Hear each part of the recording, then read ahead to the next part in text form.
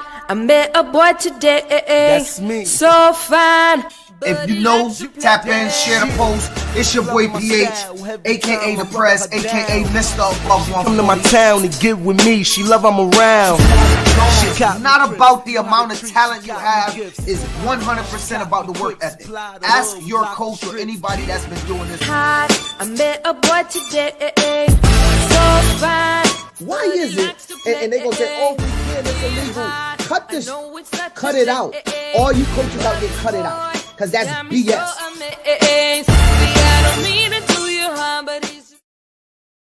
What up?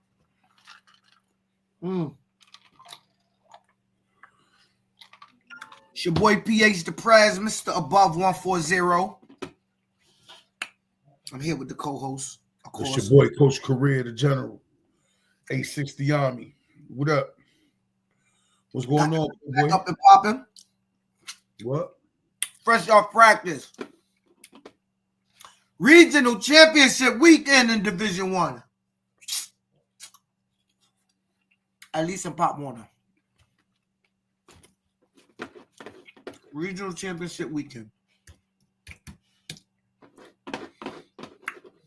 Hey, parents.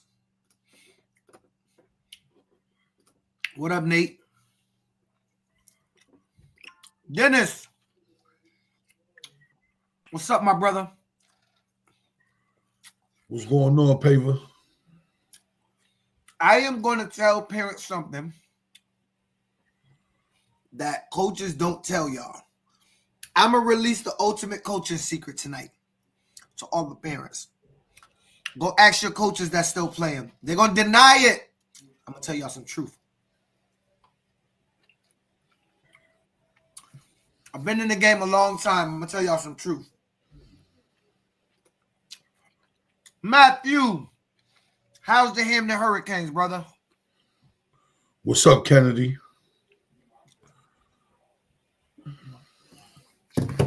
Tell the Eagles to stay off my guy, man. They got to stay off my guy. What's up, Kennedy? They got teams still alive, too, right? Hampton got teams alive still? Ain't you. Word. Ain't you. Anyway, T, what's good, brother? Shit, man. Enjoying this first week of the off season, you know. Unfortunately, we in the shed. So I see you already back on your off-season stuff. You done back in the books already? Yeah. Nah, I saw that when I had to grab it. You know, it's hard to get stuff on Bill Walsh. And Bill Walsh was one of the you know, I think he got 4 Super Bowls. How many? Three Super Bowls. You can get enough when they talk about GOATs? No, he don't, because he did it at the college level too. He never comes up, and he was 3-0 in that game. I believe he went 3 times and won 3 times. Or was it 4? No, it was definitely 3. 3 with Montana. Because then Seifert won the one with Steve Young, so it was 3 with Montana. Or was it 4 with Montana? It might have been 4. Steven, what up, Steven? We're going to get into that 6U conversation. Jordan, what up? What up? I think Jordan had the big win last week. They put the beat down on Springfield. Oh, Hampton got 2 teams alive. Yeah, that's what I thought. That's what I was asking. Hampton plays Drake this weekend, actually, up in Eastern Mass. Oh, okay. If I'm not mistaken. Anyway, Gio. Well, before we get into it, though, you know, I was thinking Mike was going to win this fight. I'm starting to have second thoughts about You got to be kidding me, bro. Come on. Don't disrespect Mike Tyson like that. Bro, I was looking at the training videos, the last couple ones leading up to the fight. I don't know, dog. I don't know. You believe that Jake Paul's going to... No, I want to believe like everybody else, Tyson going to wipe him off the planet. What are you seeing out of Jake Paul that make you think that Mike Tyson's going to lose to him? Yeah, I don't know, bro. 58-31. You know, having this problem with this agent thing. You know what I'm saying? Like, you know. Oh. Hampton 11U is in New Britain? Oh, yeah. Nope. No, they're not. It's only even. 8, 10, 12, Division 1, Division 2. I wouldn't know. After our season was over, I'm going to watch us, you guys play this weekend. That's all I know when we play. When we play. Cal, what up, Cal? KR. They look, he know damn well ain't no Tyson gonna lose to no Jake Paul. Tyson gonna knock that boy out, man. I hope so. So I have a big question for you, Tito. Here's the question. You ready? Yeah. Ready? Yeah. Here's the question. No scrolling. Here we go. Here's the question. Should 6U go to nationals? Bro, we had this conversation. Obviously, I know where this conversation spawned from, but we talked about it earlier. First of all, should 6U's go to nationals? Absolutely not. I don't think people understand how hard it is to go. Where I don't even think 8U should go. I don't even think 9U should go. I think that should be a 10 and over thing. I know how hard it is when you go with the little kids. I know how hard it is when you go with the older kids. Imagine having to bring 26-year-olds down there and you're parents, all that, the whole nine. I don't know, man. I think that's a bit ambitious. I don't think they'll appreciate it enough. I think the adults appreciate it. They always do. But with the kids, even, at 6, do you really know what's going on outside of playing recreational sports? I don't know. I don't think it's a good idea. I don't think there's space for it down there. I don't know. I think it could lead to more chaotic situations. Yo, listen. I actually like the 6U level. I think it's the funnest level to watch in football. But 6U absolutely should not be going to nationals, bro. Do you know what the trip is like at 13, 12, 11 years old? At 10U? You want to bring 5 and 6-year-olds down to Florida from Chicago and Connecticut and all of that to play a football game? What are you going to say? I got the best 5-year-old in the nation? Yo, bro, listen. 6U should at most, if you want to be ambitious, go to a regional championship. If you want to be ambitious. Now, one thing, I want to say something to my AYF fellas out there. Bro, hold on. AU don't go in Pop Warner, correct? AU don't go in Pop Warner. Right, so it's 9U and above. Right. In Pop Warner. 6, 7, and 8 don't go. And but I want to say that to my AYF brothers out there. Because too many times I ask questions, and oftentimes it's always stated that, like, AYF always instantly jump to, well, AYF does, and AYF is better. Like, I don't think that they understand we aren't paid operatives of Pop Warner or AYF or UIFL or YNC or any of those. I do not care if AYF does something and that's why you think it's better. That's like saying Pop Warner got a national rule book, so Pop Warner's better. No, Pop Warner just have a national rule book. Right? And so let's move aside if AYF doing it or not, because there's possible that something can be done a long time that's wrong. I just don't believe that 6U should play down at nationals, though. First of all, there's too much moving around when you travel down to Florida with a team. I mean, trying to keep track of there's a lot of moving around when you get to the airport, get to the vans, get to the location where you're staying, check-ins. It's hard enough doing it with the older kids. I couldn't imagine what it would be like doing it with 5 and 6-year-olds and 20, 25 of them. I mean, I could only imagine the parents' situation. I don't think it's a good idea. I would have to vote no against that one. So, hey, Steven, let's talk about it. So Steven said, why not teach them at a young age so that they can know how to act and can appreciate it as they get older? Here's the thing. What you're teaching in football is transferable to the next level. It's not weird if you take them to Florida and play. That's an adult thing. We have this belief. Listen, high school football in Connecticut, most high schools don't travel outside the state, outside the conference. They play the championships local, but yet that football translates to college. So to say that, oh, well, you know, if I bring them down to nationals, it'll teach them something. What you're teaching at your practice field will have more of an impact on any 6-year-old kid than anything that happens at nationals. I'll say it again. What you're teaching on your practice field, because I think Tito was one of the first ones I heard say this, you will practice 75% of your football career. 25% maybe games. 80%. Maybe 80%. 80%. 20% may be games. Just think about it now. Look at it at a smaller picture. You practice 6 hours a week to play 2. So whatever that breaks out, you will always practice a lot more than you play. So you better become proficient at practicing. That's what I told you. You know what I mean?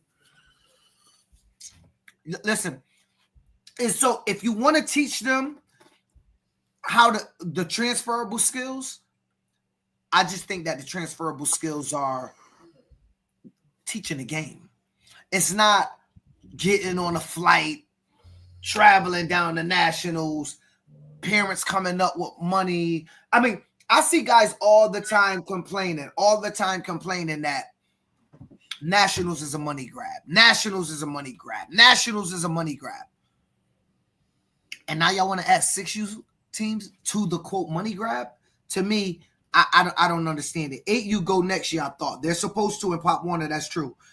8U is supposed to go next year, Sam. By the way, Sam is going to be playing daddy ball next year, y'all. So if you're signing up to Stratford, I already know the JoJo right and left is his first 2 plays. No, I know you have black guys, but they have 5U nationals in Florida.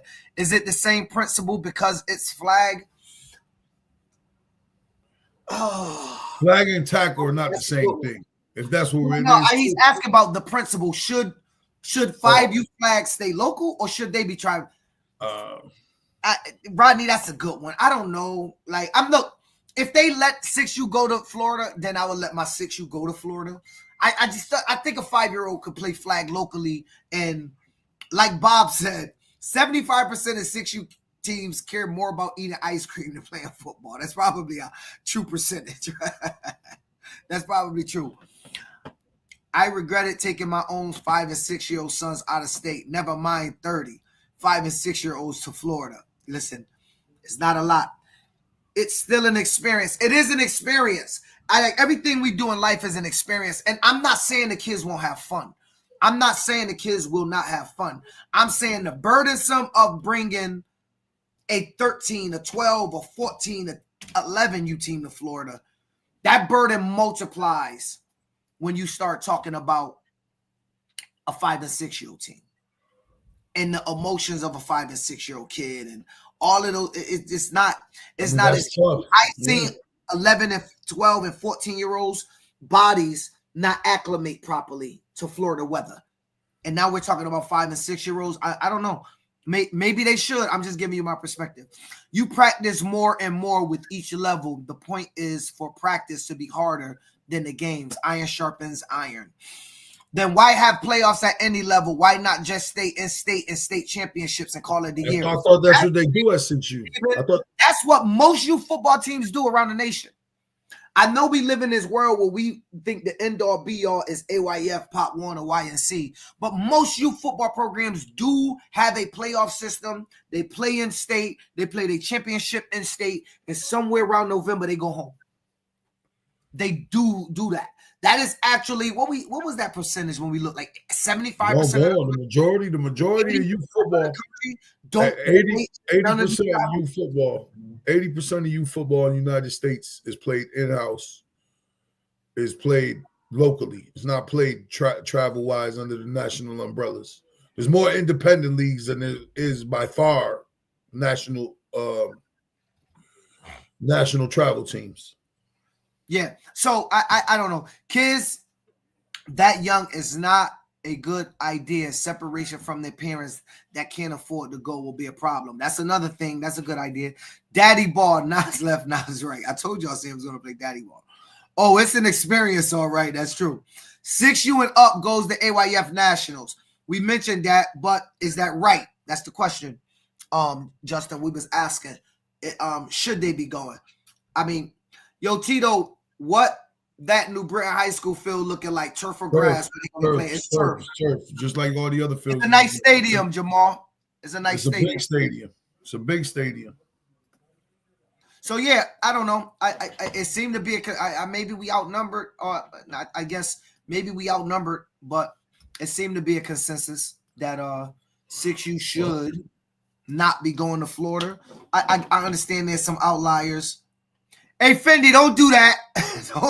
don't do that, Fendi. We're moving on to the next subject now. That's our 6U team mom, bro. She's trying to tap her sister in. She's crazy over 6U. Fendi, I told you was the nice sister, too. I can't believe that. All right, Tito, let's go. Emotional intelligence and coaching. Talk about it. Oh, man, I think that's another thing in the culture that's at a all-time low. I think we see more recently, what I'm seeing locally and in the region, we see a lot of what's a good word to say? Adult adolescence. You know what I'm saying? Like just cats letting the moment be too big for them, lack of coaching etiquette, lack of just respecting the parameters of what we do. Everything is a problem. If the ref tells you something's a problem, if the NPR person tells you something's a problem, and then they make it about them and they don't make it about the situation. Like, dude, you wouldn't be in this situation if you was doing what you're supposed to be doing. And then they want to spurt out and just say crazy things that could lead to crazier situations. It's just, I think it's something that's got away from us. And we got too many adults acting off emotions and not realistic for the moment. Yeah, you know what? Listen, I used to do some wild stuff when I first started coaching. Emotionally, I used to be so wrapped up into the game. I used to do some wild stuff. I remember one time coaching, and I'm not going to say the site. And I'm not proud of this, but I'll say what I did. I remember specifically coaching, and I went down the sideline and kicked all the pylons. Boom, boom, boom, boom, boom, boom, boom, boom, boom. Because I felt like the ref was cheating. And I think about that now. That's wild. And it's actually embarrassing to say. People have to remember when coaching that you're not, though we say kids follow the emotional, your team mimics the coaching, right? Like if you're an aggressive coach and you're a pump up coach, then your team plays with a lot of emotion. There's something about that, right? But I wonder if that's really true. Like because if you lose your stuff on a referee because he make a call, or if you lose your stuff at the NPR, if you lose your stuff because a touchdown get called back, I think it demoralizes your children. Yeah, I'll tell you what it does do though, and people got to be careful about this. When teams are in a battle or when they losing mostly, and the emotional intelligence of the coach is low, it revs up a crowd to start the negativity. Because once a coach start going, yo, the ref's cheating, that thing starts a cancer. Snowball. Downhill. And it rolls downhill. And now everybody's cheating your kids. Every holding call is cheating. Every touchdown that get called back is cheating. Sometimes your kids is just holding. And that's how you're scoring touchdowns. It's true. You are scoring touchdowns because your tight tackle is holding the DN. That's why the running back went around. We can't accept that, though, Tito. We can't accept that. And so I think the emotional intelligence will pipe down a lot of the potential violence. It seems like they still on 6U. I get what y'all saying. You're probably right. And maybe I'll ask some 6U coaches when I get down there. Y'all have a good night. Hey, Steven, take it easy. We'll see. We'll be down there. Fendi, we at the big house next year. Yeah, Fendi's gonna be waiting for you at the big house, brother. I tell you that. It's Fendi's nephew, by the way. Not kicked everyone. Phil, Sorlut. Listen, they was cheating me, Sam. I kicked all the yard markers on the pylons in the end zone. I ain't running 100 yards home. Yo, listen, it's not my proudest moment, right? I have an emotional IEP. Jesus Christ. See what happened when you being honest? See what happened? You guys are attacking me. Part of the qualifications should be for coaches to take an emotional intelligence course. Yale offers an online course. Got to learn how to read the room. That's probably interesting. That's an interesting. What if we added that to the USA football certification or to the New England Pop Warner coaches certification? That may be something if we're out there in New England region to add. Talk about emotional intelligence of coaching. I think it'll pipe down a lot of the coaching issues and problems. Well, some of that issue is, though, as we know, we spoke about, is twofold. Some of it is prior to recent times, not anybody was just being allowed to coach, neither. So you remember I was saying this, we were speaking about this last week when I said 100%. You couldn't be just talking and spouting off at your mouth 20 years ago. You know what I mean? You had to act a certain way to even for your teams to get games or even be let in the leagues.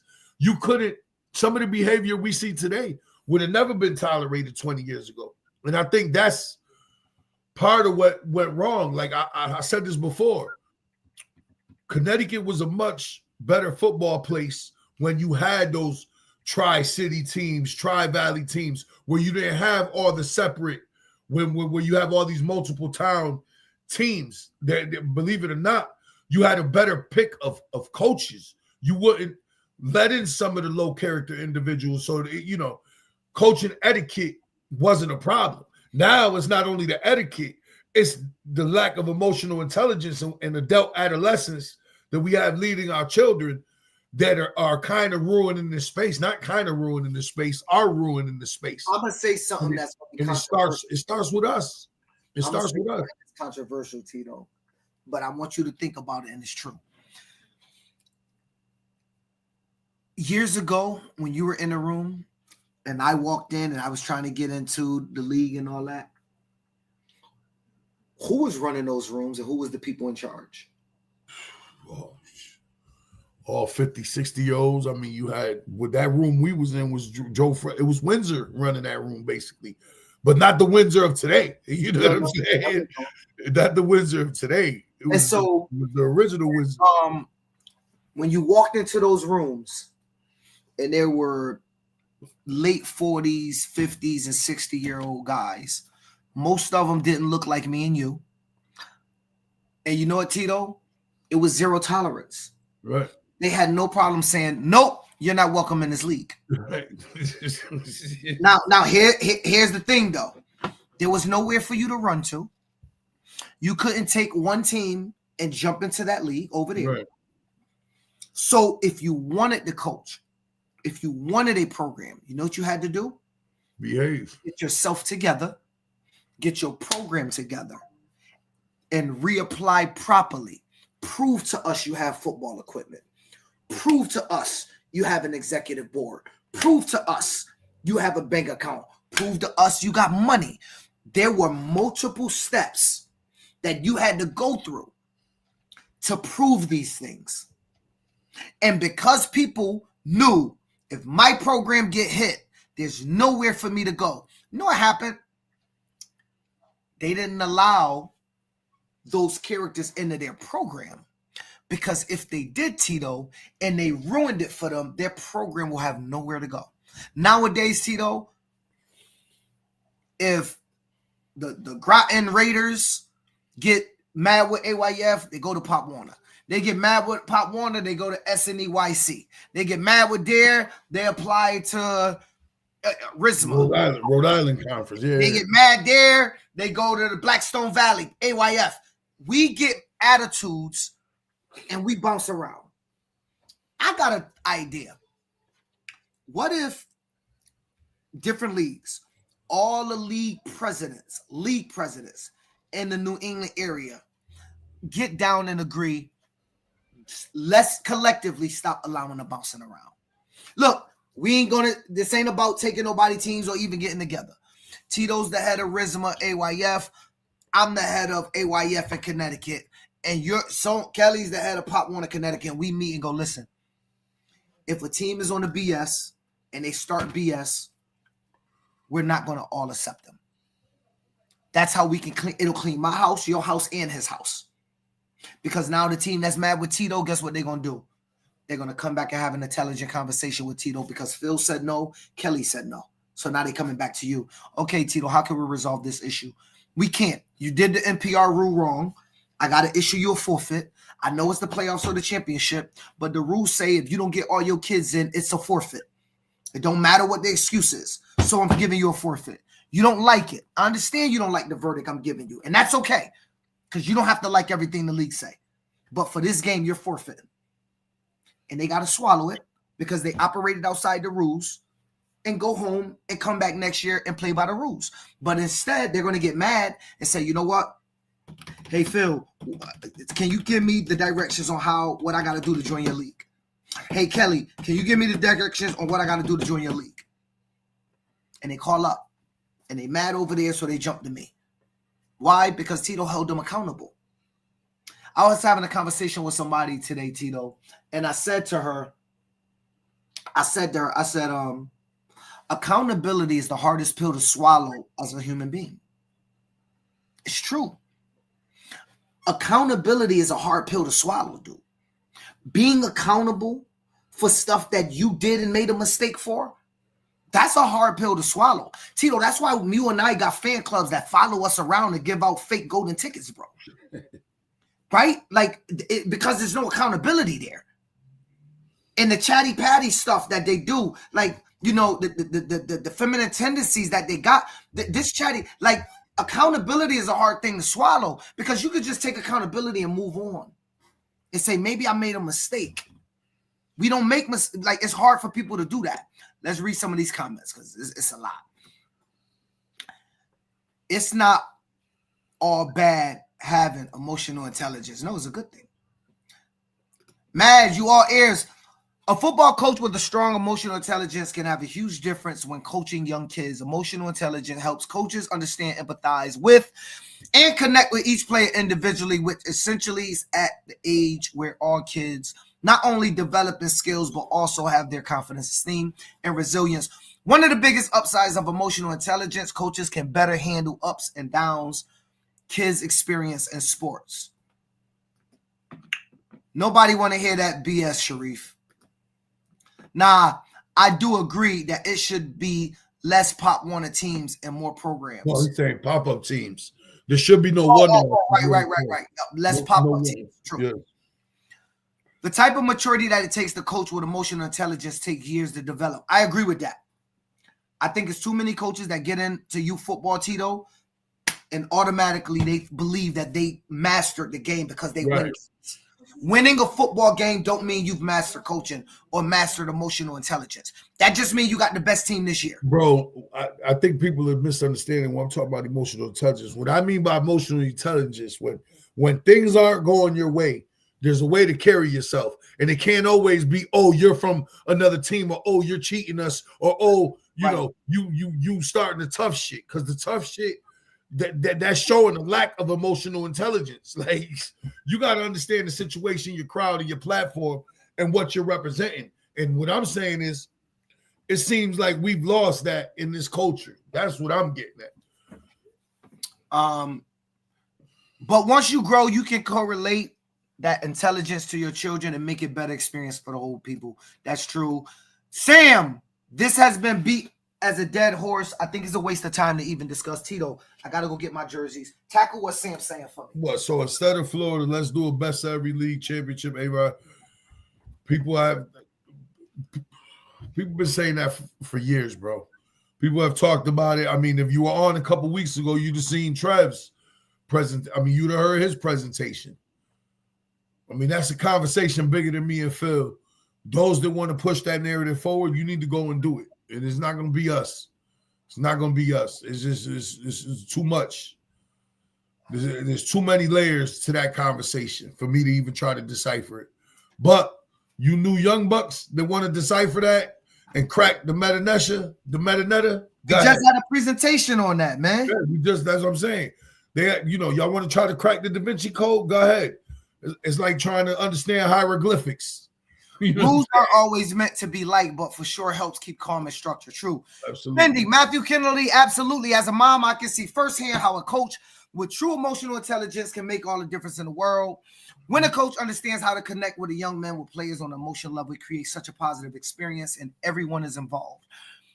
Kids feel more motivated, confident. Most importantly, they feel valued as an individual, not just players. It's incredible to watch them flourish, and not just in the game, but in their sense of self-esteem and teamwork. It is true. Fendi, stop writing books. I'm getting tired. Especially when you make false accusations. Well, we know all about that. That's the but that's the Stand Club. Child. That's, you know. Yes, Destiana, you late. We already talked about 6U and we ain't going back.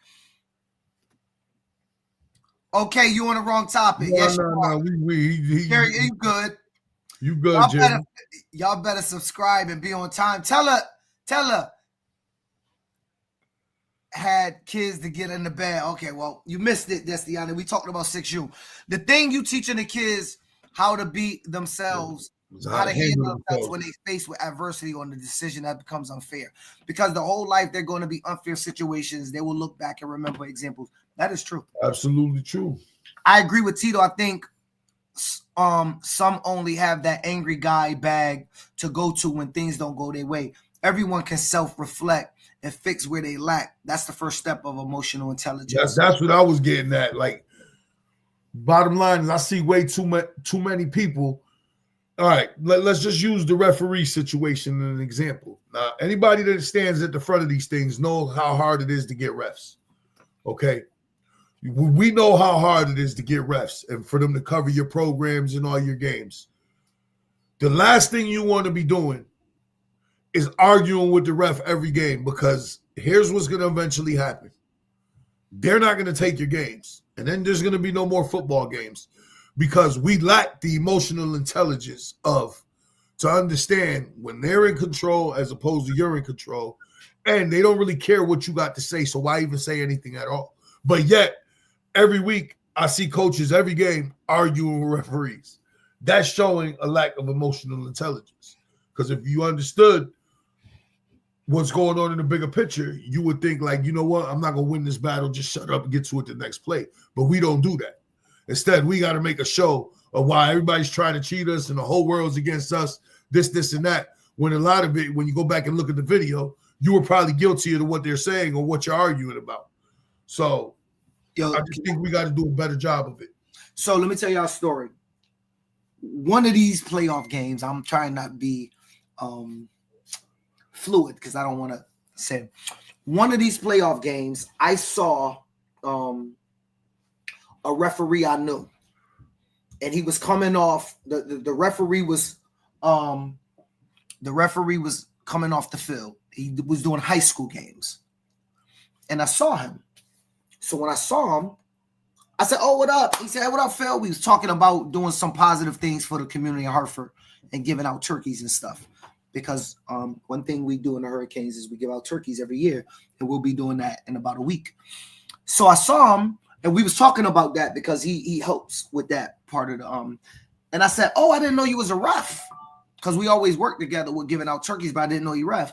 I said, "Yo, maybe I could hit you up to do some youth football games." He said, "Absolutely not. No way. I'll stick with high school, stick with my profession. I will absolutely not do any youth football games." Real good friend of mine. Real cool guy. Very supportive of the inner city of Hartford community. Very supportive of our kids. Very supportive of youth football. He looked me in my face and said he absolutely will not do youth football games. Just saying. I'm going to be honest. It's a lot of older coaches that lack emotional intelligence. The entitlement they think they deserve. Sam, what you mean we lack emotional intelligence? You talking about me and Tito? Shoot, brother. Every ref I've talked to says they can handle the field, including kids fighting and arguing on the field. It's the coaches and the fans. I shall respect the refs every game. The point, there's certain refs not minding being on my sideline every game. That is a good idea. I tell people that all the time. Yeah, the refs this year definitely was like, I don't want to go there. I don't want to go here because of the coaches. Sad. Listen, Larry Meyer is saying, I always thank them after the games too. And y'all got to remember something. Larry Myers and Wes is right, because the refs y'all abuse during the regular season may be the same ref you get for that championship. And as much as y'all gonna say it's dirty, we all human. And they remember, and they got a mind like you. Tito, I know I always talk to refs. You know I always talk to refs, but you got to know when to leave them alone. You do. The dumbest statement so far about older coaches. I know. Sam just shooting at me and Tito. It's all good. But, you know. Like if anybody cares what he says or how he thinks or who he represents. Sam from Stratford. That's where Sam from. But I'm going to tell y'all something. I'm going to help the programs out real quick. Listen to me. I'm going to help y'all programs out. If you got a program, if you're coaching a program, listen to me. This is a gym you better know. Especially for 6U coaches, 8U coaches, and 7U coaches, and 9U coaches, and 10U coaches. Specifically, y'all 4. I'm going to talk to y'all real quick. You guys have no idea how much the stuff you do affects your 11, your 12, your 13, and your 14U teams. It affects them way more than you know. Because when you abuse the refs, because you lost the game, and you curse them out, and you threaten them, and you lose your emotional over them, when you lose all of that, you know what happens? That ref is now tired of the Hartford Hurricanes. They're not tired of Tito. They're not tired of the 6U coach or the 8U coach or Coach Phil down at 7U. They're tired of the Hartford Hurricanes. So Coach Leary, who wasn't at the field all day, come marching down with his team, and he's ready to play. And there's a bad call made on the field, and he's right. And he go, ref, could I talk to you? They go, no, get over there. I'm done with you guys. He like, I didn't. Dog, it's the first time I talked to you. What the hell is going on? He has no idea that his 6U team argued with him. His 8U team cursed him out. His 9U team tried to fight him. His 10U team cursed him out. The 11U team abused him. And by 12U, that referee no longer want to hear nothing that the Hartford Hurricanes got to say, because he's been abused by the Hartford sideline all day. It's unfair, but that is what happens. Younger coaches, no, I don't mean younger coaches, younger teams coaches. You have to be conscious about what is to come after you play, after you do something and stuff like that, because you can affect your later teams. I'm telling you, I talk to a lot of referees. I book a lot of referees. I talk to a lot of referees. I'm giving you a gym right now. I talk to these refs. I'm giving y'all gyms. Y'all can say, man, whatever, Phil. I can say what I want. I ain't got nothing to do with my 11U. So you can say that. But when they go around that corner and there's a holding call, you go, that's between y'all. And your 12U is losing their junk. That's why. That's why things happen like that. Only head coaches should be talking to refs during the game. I subscribe by that too. I've seen it firsthand. Coaches with emotional intelligence, it shows through the players too. How my son conducts himself as a player is because he's able to see his coaches show respect and be respected on the field. It shows in the team. Sam said, I was saying I wasn't shooting at y'all, but if y'all include it, just because you coach 5 years doesn't mean you have it all. That's not what we're saying, though. Okay. Again, that's not what we're saying. Okay. What we're talking about, and I'm talking from a holistic point of view, is we see a lot of coaches out there. Look, it's almost like they're looking for a reason to act up. And that's showing the lack of emotional intelligence. We're not talking about anybody knowing it all. What I'm saying is we got to do a better job of controlling our emotions and handling things with some sort of courtesy and etiquette. That's what we're saying. Not just saying, oh, y'all cheating me, or questioning every call that goes against you and just swelling up, acting tough, yelling at anybody that tries to tell you, yo, cool out, this is the situation, whatever. That's what we're talking about. Making a bad situation worse instead of just accepting what's happening, moving forward, getting to the next play. Forget all the stuff in between. Keep going, Tito. 1 second. No, that's what I had. I mean, I don't know how that's getting misinterpreted. Had a ref, what up, Wing? Had a ref like this, had a ref like that this year in the playoffs. Our AEU parents yelled at the ref. He took it out on us and called everything. Of course, that's how I was going to go. He probably took it out on the 9U, the 10U, the 11U, the 12, everybody that played after him. Once you get in the ref's bad side early, it makes for a long day as an organization. We've seen it happen many times. When you ride in refs early, the rest of your day is going to hell. Trust me. All right, so let me say this. I'm going to address what Sam was saying. I don't think anybody said because you're old, that means you have emotional intelligence. I don't think emotional intelligence have anything to do with age, but it do come along with coaching. You learn as anything in life. You learn as you go, I think is the point Tito was making. So if you coach many years, like I told you, I used to be a coach. I used to be revved up. I used to throw. I remember in Danbury one time, I threw my coat over the fence and into the woods, bro. I was so upset. Right, and, but you're animated. You're animated. Right, so I'm going to use the other end. I ain't never go after a referee, right. But I used to. I won't do that now. I might throw my hat to my sideline because I'm mad, but I don't throw my coat over the fence, bro. I don't kick pylons. Nobody's ever going to believe this. I've never got a warning. I've never been close to being I've never had a run-in with the referees. I don't even say nothing to them a lot of the times. I just get after it the next play. I don't even say nothing. Never. In 23 years, I've never even got a warning for the ref. The only warnings I get is, I'll be like to walk out halfway up the field sometimes, out in the field to give a play. That's about the closest thing to a warning I've ever got. But I don't get into it with refs at all. I try not to unless it's like something blatant that's in the rule book that they're just disregarding, and then you got to question them on it. But that's a head coach's job to do. The only person doing that should be either the president or the head coach. It shouldn't just be anybody.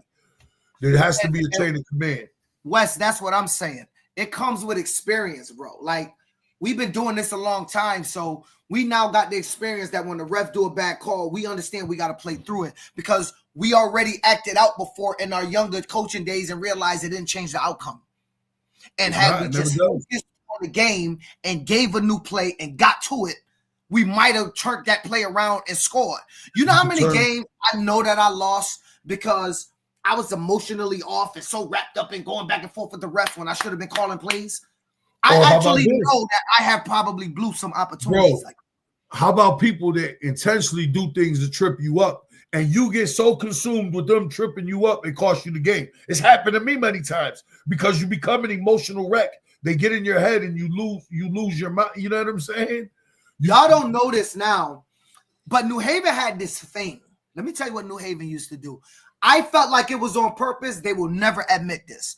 New Haven used to have these people up on the hill. It wasn't all that grass area was cut. Like not on the hill right behind the field, but up in the corner, like going to the projects. And they used to set up there every but that's what they set up now. It's still the same setup. No. It's with the grills and all that. No. They used to be up on that hill, right near the end zone, the far end zone of the woods, right up on that hill. They used to set up right there. Now, let me tell you what New Haven did to me one year. And this ain't a knock on New Haven, but this was the atmosphere. I'll never forget the first time I went there. I wasn't ready. Like, I was ready to play. I wasn't ready for this. I remember we got off the bus. I remember taking the field, and they was up there with cheers and everything, and they're screaming, talking mass to us. And I remember hearing, I'll never forget this. I remember hearing, man, warm that yellow bus up and put their ass back on that bus. Them kids is gonna lose. Warm that bus up and get their ass back to Hartford. I got so mad when I heard that, bro. No lie, I'm coaching and I'm looking up on the hill and I'm like, yo, who you talking to? This is in the middle of the game. I'm arguing with dudes way on the hill. I walked way down to the 30. I'm going back and forth. And I remember my coach is like, yo, Phil, yo, just coach, man. Lead them along. I'm like, nah, yo, they talking junk. Blah. We got plummeted.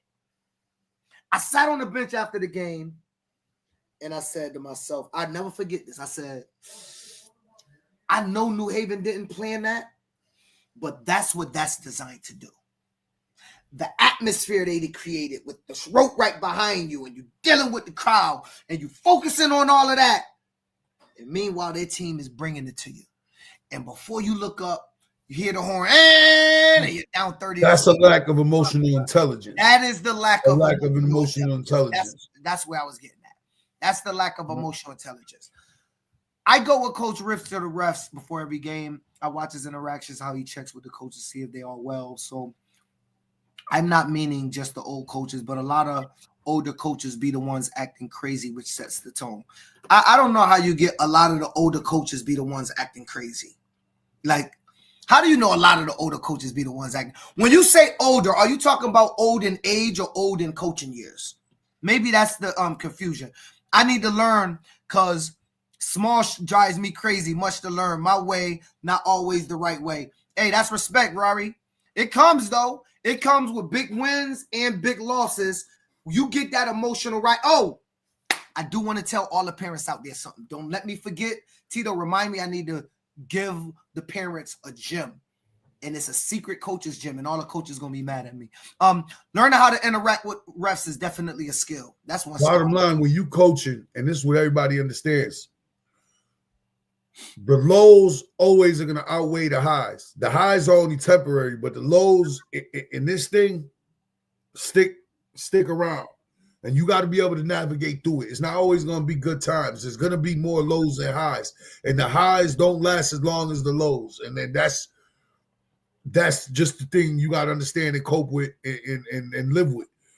That, it's better off to remain stoic and less emotional and navigate your way through than just being up and down like that. You're not going to survive long like that.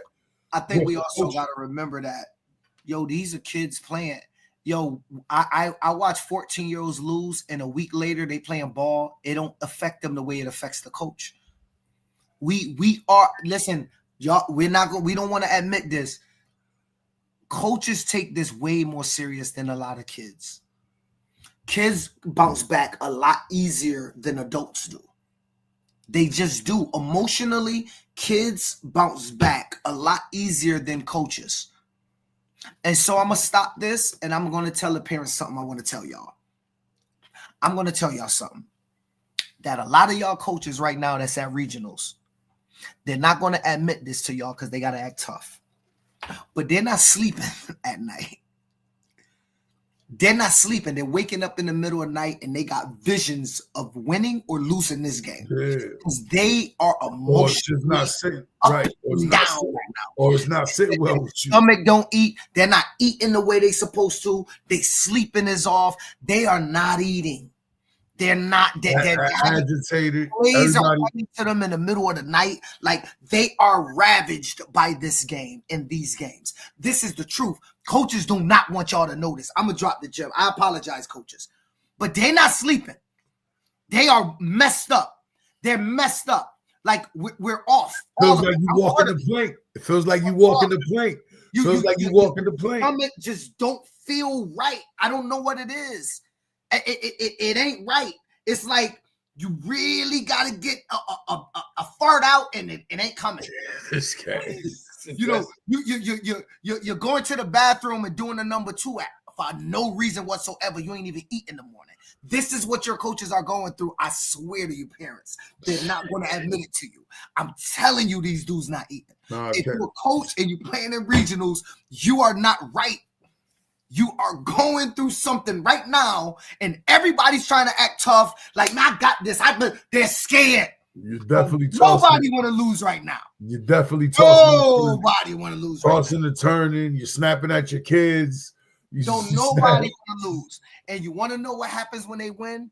They go to sleep for 15 hours and hibernate because finally they can get some rest. They will eat the biggest meal when they win their regional championship game. They will go and they can eat everything. But right now, honey, when you're cooking for your man and you like, you ain't eating. He like, nah, I ain't really that hungry. He's hungry. He can't eat. His stomach don't know what's going on. His body don't know what's going on. His emotions, his mental, his physical, everything is off. Because this football game got him. And so understand something. This means a lot more to these coaches than the kids. We can't admit it, but it's the truth. I just got to tell y'all the secret. All right, let's back to our regular scheduled programming. I'm sorry to release that, fellas, but somebody got to tell these parents what's really going on with y'all. You fellas is not eating, bro. Exactly, Larry. Body's messed up. It ain't working. And all the coaches that's laughing, they know what it's like.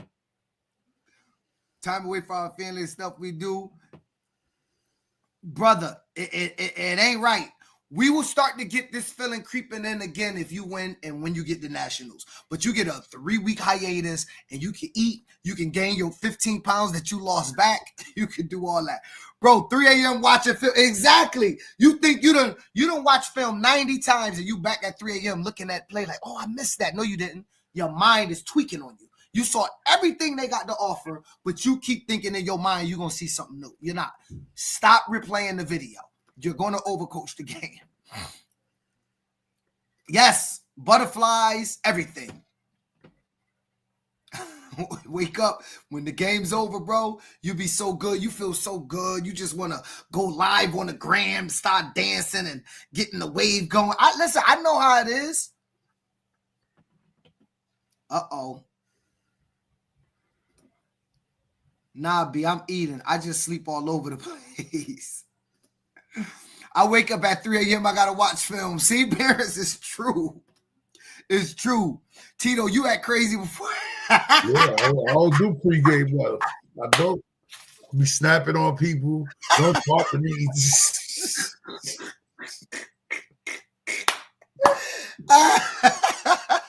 He talking about internal shit. You know, that's my man. He's talking about the shit that we go through internally. This is never out in the open. But yeah, you know, I'm good to start fighting with niggas when I get to the field. Looking for something to argue about. Yo, listen. That's not. I said that to be funny. I'm not good before the game. I'm gonna be honest. Don't talk to me right after it neither, because I'm prone to, especially if we win. You know, the whole decompressing thing.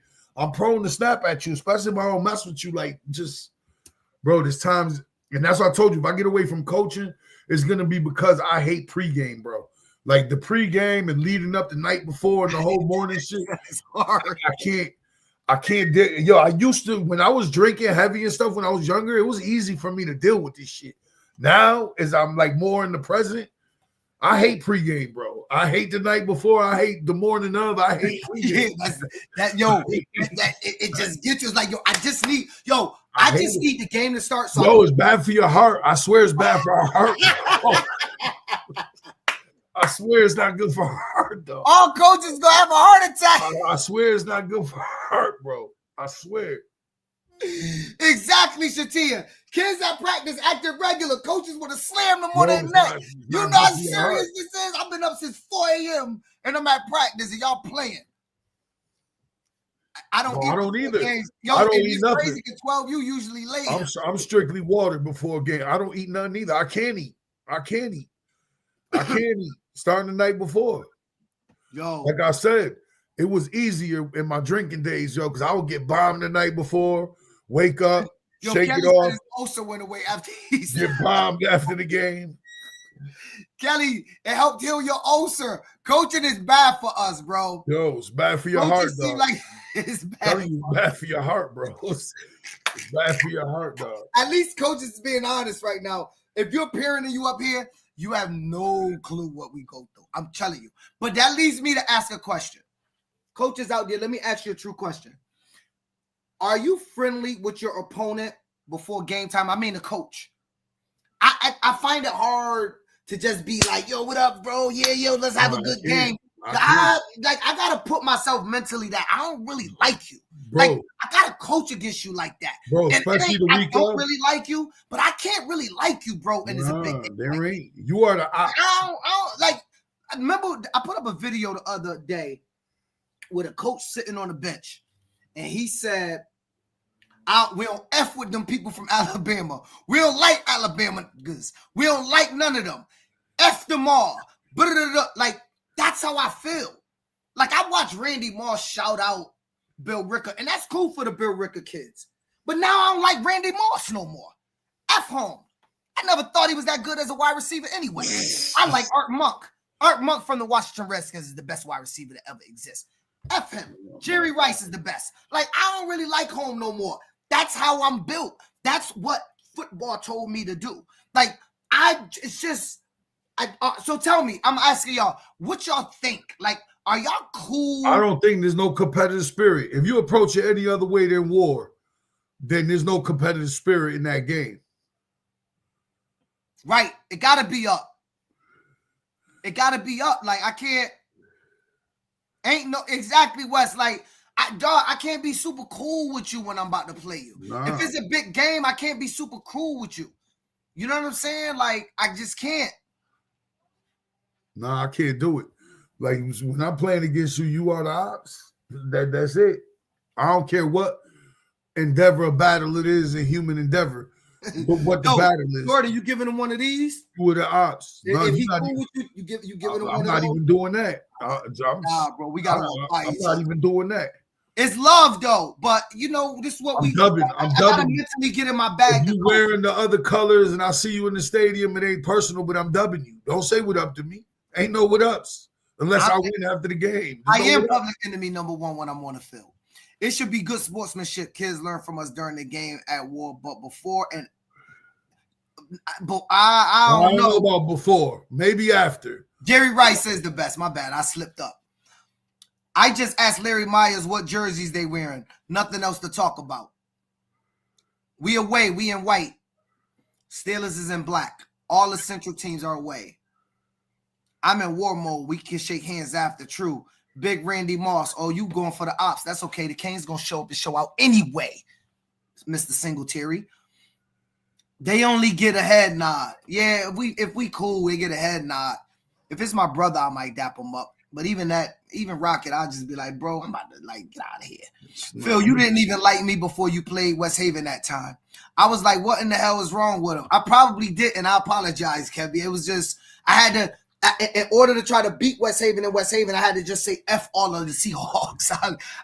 If I saw a Seahawk, I was going to keep driving. That's how mad I was at the time. Not cool at all. You can't, how do you, so when you lose, you still the ops? What you mean? When I lose, is the other team still the ops? Absolutely. Not once I lose. I ain't game over. I'm good. Don't mistake personal feelings for business. Business is business. What goes on in the field, the other team got to stop talking to our kids before the game. Also, big ops. Yeah, stop trying to recruit the Hurricanes before the game. What time is the game again? 11-1-3. The 12U game is at 3 o'clock. 11 o'clock regional championship game is the Boston Raiders Danbury. Waterbury New Britain 10U is at 1 p.m. and 3 o'clock is the 12U game. Yep, 3 o'clock is the 12U game. So those are the game times this Saturday at the stadium. Oh, you know what? Let's put it up on the screen so everybody can see it. Hold on, y'all. Yo, what's going on, bro? Skip for now. What's going on? All right, let's put it up on the screen. So we want everybody to pop out. Come watch these games. Here we go. Let's show it. Write it down. Take a picture. Big game Saturday. Boston Raiders and Danbury, 11 a.m. You got Waterbury and New Britain at 1. Hartford and New Haven at 3. Those are not the only games going on. You also have Division II even going on at the same stadium. So show up early. Just stay all day. You got the Hamden Hurricanes versus the Chicopee Braves. Both of those 8U teams are really, really talented. That's a good game. At you got Division II, 10U. You got West Haven versus Manchester Redhawks. And then at 7 o'clock at night, you got the Manchester Redhawks, who was down in Florida, versus the Milford. What's the Milford Eagles? Milford Eagles, right? Milford is the Eagles, right? Milford Eagles. So you got Milford, Manchester, West Haven. Then you got these three. And then you got Chicopee, Hamden. Banging games all day. But definitely circling. Come watch your Hurricanes do they thing. What up, Cuddy? Lazard. I have a rule for my players. Don't talk to the opposing team pre-game or there's consequences. It's us versus them. That's simple. Facts. I agree. We might bring the band out Saturday too. Bring the band. They seem to bring you good luck, bro. You almost brought the clock with you last time the band came. New London going to be rocking Sunday. If you got the thing, Jordan, send it to me. I love to put up the New London games. If you got the flyer. Game of the week is Hamden versus Chicopee on Saturday at 9 a.m. Potentially, that's a banger. I watch both teams. Both teams are very talented. Larry Myers, is this the band that was supposed to come out for 6 years? Oh, damn. They shooting. You should put the Nas with they shooting. That is one of the clips. All right, so it seemed like we got a consensus. And lastly, here's the part of emotional intelligence. Coach Phil and Coach Tito, cool. If we were playing against each other and Tito walked by me, I'm not going to be like, oh, man, home don't mess with me. Cool, bro. I don't F with home either. I get it. When the war's on, it's Mobb Deep. When the war's on, when that beat drop, Tito going to walk by me. I expect him. I'm playing D block on the way by him, too. It's the war zone. Afterwards, we're going to laugh, joke. He's going to invite me to the car. I'm going to still be heartbroken because he's going to be getting ready for Florida, and I got to go put my equipment in the shed. But that's the game we play. That's all. I don't know if it's the same band they brought us out. Listen, I got a call that the band was supposed to come out. I don't know if it was the same band. Yeah, Destiani. I don't know what the band was. So Tito, let's keep going because we don't got all day and we got things to do. So I want to bring up another subject. Let's talk about hold on. Where is it? I want to make sure I get the topic right. Hold on one second, y'all. My apologies. I was watching something. All right. NPR rules, Tito. Now let me predicate this with something. What do the people think? And here's my question. If I play you and we're in the playoffs, championship game, and we're supposed to have NPRs done, and I beat you, let's say 30-33. And Tito, I failed to get 2 of my kids all A plays. Do you think I should forfeit the game? Well, the rules are the rules, right? I mean, it says that you should forfeit the game. What do you think? I mean, I think if you break the rules, you should have to forfeit the game. I mean, that's how many times we've seen NPR strike in these situations before. How anybody still gets caught in NPRs at this point in the season, knowing you should have that plan already in place to get them out the way. Now, I understand if you go down in the game and you start chasing how NPRs can be a problem. It just happened to us last week trying to stay in the game. Like, it happens. But at the end of the day, you're obligated to get those kids in the game. And if it costs you a touchdown or it costs you something in the game, that's on you. You shouldn't be waiting to the third and fourth quarter. And if you do happen to win the game without getting them in and it's brought up, they should lose the playoff or the championship game, or should they be reneged? Well, here's my question. Coaches out there, I wouldn't want to win that way. I wouldn't want to win that way. Would you take it? I don't know. Would you take the win, or would you just tell them, go ahead, move on? I mean, even if they gave us the win, I would probably tell them to move on because we didn't deserve. NPR really shouldn't. It shouldn't. I know it can, but if you lose a game, that shouldn't be the reason. If you do, here's my problem with it. If you did yours, that means you put your not so best players in positions and made your team vulnerable to be scored on. If I don't do mine and I keep my dogs in, the reason I probably beat you, Tito, is because when you became vulnerable, I kept my best players in. I never let my team become vulnerable because I didn't play those children. Phil, why did you bring this topic up? This is going on in some places, man. Teams are used to putting the NPR up while 30. It's different when it becomes the regionals. Don't get caught. And they got to stay in the game until they done. True. 12U always came out our pockets to get that band. They asked us to do it for free. They don't do anything for free. They do travel performances. Wow. I didn't know that. It depends on the score of the game. Coaches, if it's 30-0 and they didn't do their NPRs, would you take the win? Doesn't matter. Rules are rules, just like laws are laws. We're educating our youth here. And all of them kids signed up to play. Get them in the game, period. I mean, agree in which rule you break. It's not which rule you break. What if a kid have a fake birth certificate instead of an NPR rule? If you break the rules, you didn't win fairly. True. I think what Kevin's saying is if they broke the rule, it doesn't matter which rule, hold them accountable. It's a forfeit. Illegal players, fake birth certificates, fake medical, didn't do the NPR. Nope. Yes, I'll take the win. And so, Tito, what if I can't get too much into the situation. Let me just say that I think that if you break the NPR rule, that a team should not, that you should forfeit.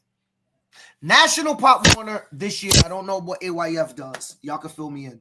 But National Pop Warner made it clear as day in our rule book. If your kids don't get all of their plays, it's a forfeit. It's not fluid. It's not make your decision.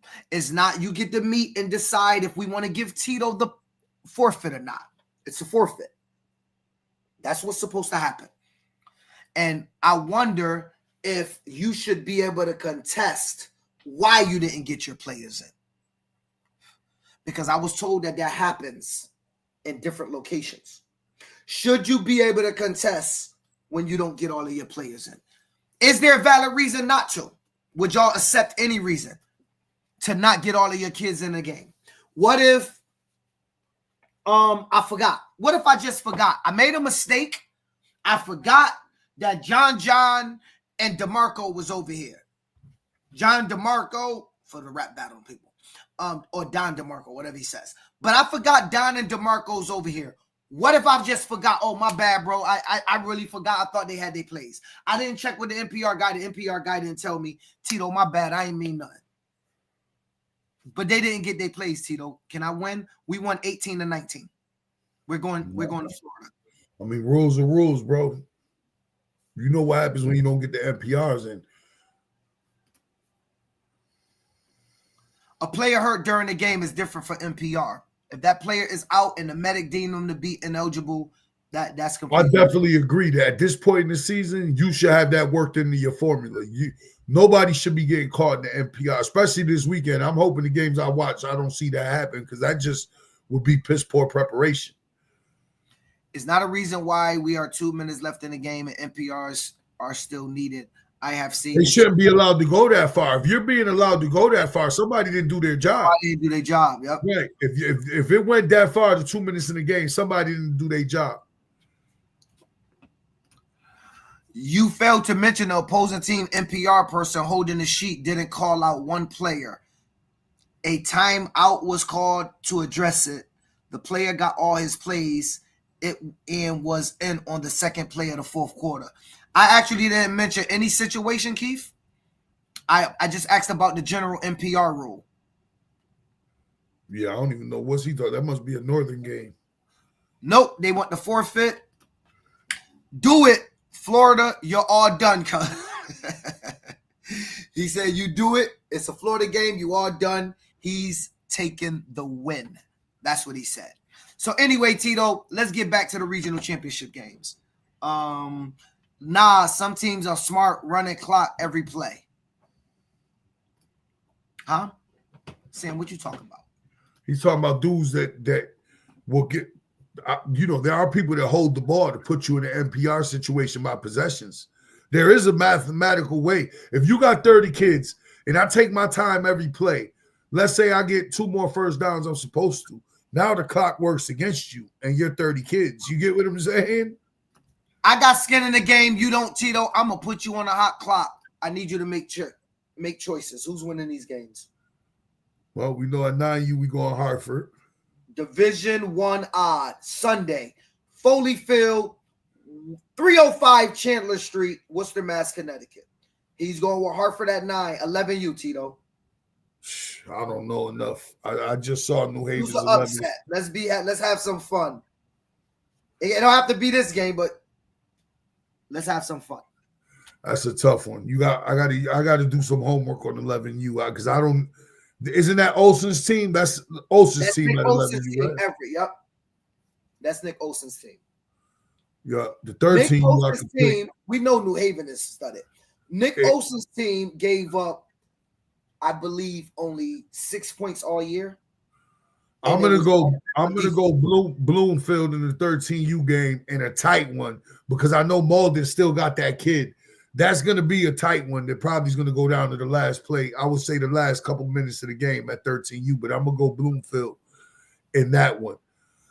By at 11U, I'm just gonna go out on a limb and say because I don't know enough about Everett that I think New Haven might got it this year at 11U. It's Mel's team. Nick said he's an assistant. Jordan Lark said Everett will win the game. Well, the Mass dudes are gonna ride with Mass. Gotta go for the home team, Jordan. That's an easy one for him. Greg said they scouted the Hartford game. I know. I said hi to all the Bill Ricker coaches. Yeah, no, they was there. I was right in front of them, sitting right in front of them. Up to them. Cool cats. Clean sweep in Worcester, Connecticut. Let's go. All right, Tito. Let's see the Saturday games. Who you going with, Tito? Let's go. Make some choices. Only because I seen Boston. Boston's going to be tough to beat at AU, yo. I'm going to go Boston Raiders at AU. Okay, Jordan. They got Randy Moss. We got Jordan Lark from the home team. You going with the Boston Raiders. 8U, Division I. 10U, Tito. Do you see the upset? Waterbury pulling off the game against Rodney Myers. Welcome to see Connecticut Pop Warner Rodney. I think it's that's the second time they playing. This is the second time. What was the score? What? I got to be non-biased. I'm sorry, Rodney, but I rock with Central. We're gonna go Waterbury. Waterbury Patriots. You in the upset. Hold it down. Got to go with Larry Myers and the boys. I think they got too much. They got too much talent. Hartford Hurricanes. If I'm not mistaken, they get a big piece back this week. It's going to be tough. It's going to be tough on New Haven this Saturday. You for sure. They tough. They played them this season. Yeah. New Haven, we're coming. Cool. What other games is going down this week? We got the AYF game. Somebody post the AYF. I'll take a shot. Anybody got the AYF? Let me see if I can find the AYF brackets up. Let me see if I can find it. It's out in New London, right? Yep. CTY. Yeah, but that's their semis. We might want to save the predictions for the finals, but we can take a shot at the semis. Take a shot at the semis too. Why not? Let's have fun with it. We can take a shot at the semis. I don't. Somebody mark down my picks and let me see how many I hit. How many I hit with. What is it? The top 10? Top 10. Yeah, try to go top 10 New England. Probably on Cotton's on here. Cotton post. Somebody post the AYF flyer. Oh, there are D2 games. We can make. Is this no flyer form? There's Division III. The Boston Chargers playing D3. Where are we? I'm trying to find. Nobody got a flyer? Anybody? Did somebody just inbox me? Oh. No. I don't. New Britain versus Mount Hope. Is this the weekend? All right. Let's put this up. I don't know this to be. I just found this on New England Top 10. So it looked like it's. Isn't it this week? New Britain versus Mount Hope, or did they play already? Yes, that's this week. Yeah. That's right, so they saying a CTYFC sweep. Let's read this. I don't know. This is top 10. This is New Britain team. Let's start with the picks. We got all the games. All right, let's do the picks. We got to read this. Who you going with? New Britain. I'm going at 10. I'm going New Britain. I got to go with Cuz. New Britain going over Mount Hope. 11. 11U New Britain over Mattapan. 12U Springfield Mount Hope. Oh. Nah, we're gonna go Springfield. 13U, Springfield, Mount Hope. I seen Springfield play 3 times, like I told you. Every time I see them, they got better. They're fast on defense. Their offense is explosive. I didn't see Mount Hope. I haven't seen Mount Hope this year. I didn't see Springfield, and they are good. I've seen Springfield 3 times. I haven't seen Mount Hope. I mean, I saw a little bit of it. I saw a little bit of Mount Hope against West Haven. But if we're going by the who beat who type thing, no, because Mount Hope beat Lynn last week, right? You did. Right, in overtime. I mean, it's going to be. Springfield play Lynn this year? Probably going to be a thriller. No, Springfield didn't play Lynn or Mount Hope. Mount Hope played Lynn and West Haven, I believe. Yo, let me say something though. I want to shout out Mount Hope because they're a consistent program. They were the best program in Metro last year. Yep. They ran that conference, and to look up and see Mount Hope got more teams than Springfield and more teams than New Britain. That's consistency, bro. Like it or not, you got to give them props for having 3 teams alive in this right now. Well, they're a traditional powerhouse in New England. They're one of the power organizations. You know, they are. I'm just saying it. I said that it doesn't shock me. No, I'm not shocked. But here's the thing: people too often attribute success to league. Oh, AYF is better than Pop Warner, right? This shows you that when you're good, you're good. It don't matter what league you in. It don't matter where you go. When you're good, you're good. They're a good program. These teams won in Pop Warner last year, and they're right back in position to get just as far in AYF. Consistency is what matter. It's not the league. And so I just wanted to shout them out because I think that's kind of dope that they, got that many teams still alive. They might have. Is there anybody else in Pop Warner or AYF that got 3 teams alive? Springfield got their 9 is alive still. Oh, okay. Their 9 is alive. Okay, well, shout out to Springfield. Well, we know that they're also a major player in New England. So right, their 9 is alive. Their 8 lost last week. That Hurricane 9U team, not all that, Rose. New Haven 12U right behind y'all, and we don't give a damn who is back and who stayed. Cool. No matter how tough you are, Khalil, it's the 12-year-olds playing the game. Don't write a check for them, brother. Division 2, Hampden, Chicopee, Saturday, 9 8 Hampden. I'm going Hampden. You going Hampden? Hampden that game. All right, so at 10U, we got Manchester, West Haven. West Haven. At 12U, Manchester, Milford. Manchester. Springfield 9U versus Fall River 9U. 9U Springfield. Even though I heard that Fall River team is all right. The 9U team? Yeah, from Fall River. Is this their regional championship or they got more games? I believe it's the semis. They're semi across the board. Seymour still has 3 teams playing up in Northern. Shout out to Seymour. You know who else I saw have a lot of teams? Was it Newington? I looked at the Northern Connecticut Pop Warner brackets last weekend. There was a program that had a lot of teams still alive, and I'm like, wow, they over there doing their thing. I don't know who it was though. Like off the top of my head, I don't know who it was. Let me look. It was somebody in Northern that was doing their thing in Northern Connecticut Pop Warner. It was, let me see. I think the team was Water Oak. I knew what home was. Water Oak was live at 4 levels last week. 5. Water Oak a week ago had 5 levels. They're playing in the championship at 13U. They're playing in the championship at 11U. They lost at 9U. And they're in the championship at 6U. So, right. Home was talking about that 11U game. Wasn't that 11U game in Northern last week? The 11U game in Northern had some fire. 11U or 9U in 9U. Northern Had fireworks I think it last was a week 9U with game MPRs between or something. Sonia and Water Oak. I think he was talking about, but I mean everybody heard about it. But y'all supposed to write this down to see if you're right. We remember it, and it doesn't matter, Shatia, because we know y'all gonna copy it and send it back and play it and put it on your Facebook page and say, "Remember you said this," so we know how it's gonna go. 8U Derry, New Hampshire versus Taunton. Who you going with? I don't know. I heard that Derry team's all right at AU though. Derry. Lynn versus Dorchester, 9U, Tito. I'm gonna go with Dorchester. Dorchester.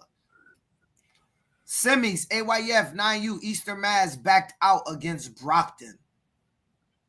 Is that Division 3, Tito? That's D. I believe that's D3. Yeah. Oh, it was Water Oak. They said that had all them teams. 9U Brockton plays the winner. Oh no, maybe it's not. 9U Brockton plays the winner of Springfield and Fall River in the championship. Wow. So there's a lot of The football. Brockton Boxers. The Brockton Boxers. Oxford versus that's what I heard. At 11U. Yeah. Who you going? Oxford versus Water Oak at 11U. We'll go Water Oak. That's Water my Oak territory where I work at. Just to be clear, Hamden has 2 teams left. We know, Matt. You already told us, brother. Yeah. So that's you. Just have the pool ready. Let's have a pool party. Boston Raiders going. Okay. Have we done all the predictions? Any other games we missed? We did Northern. We did Central versus Southern. We did regional championship. We talked AYF. We talked Pop Warner. AYF. We talked Pop Warner. They played already. Water Oak won 30 to 27. 30-27.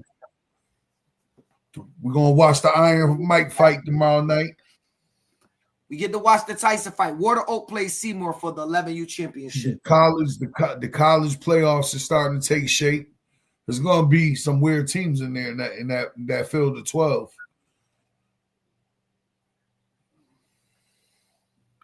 Y'all supposed to be brushing them waves and never mind the predictions. RISMA. Oh, we didn't talk RISMA. What the RISMA playoff looking like, Tito? I think it's up. Hold on. Let's talk RISMA. That is Division 2 even. Anybody got their brackets? Oh, I got it. Here we go. Let me put it up. We're going to make predictions on all of it. What do we got, Tito? Dartmouth versus New Bedford at 8U. Who you going with? We don't know much about Bedford. New Bedford. 10U. I think I know who you're going to go with. Edgewood versus R. Edgewood. And at 12U, C-Unk was supposed to be the team to beat. C-Conk. And somebody told me that I'm they're going going to C-Conk. win the national championship. By the I'm way, going C-Conk. that was not true. And at 14U, Edgewood DR. Her Edgewood's the best Who's team. DR? Dayton. Who's DR? Dayton. Oh, Dayton. I'm going Edgewood.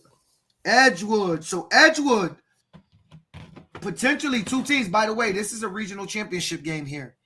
9 a.m. at Foley Field. That's a regional championship game, y'all. Just a heads up. Just a heads up. Let's read the last couple comments. Brockton Raiders, not the Junior Boxers. They're the Brockton Raiders now, it seems. Tito. Samuel Secretary. There's 2 teams in I hope we can pull it out. 8U, Dartmouth versus New Bedford. He made that decision. Dorchester Lynn, 8U. AYF going to be a movie. These are the toughest 2 teams. That's going to be a tough game. That's a tough game to call, that game right there. All right, choose one. 6 million ways that I choose one. Jesus.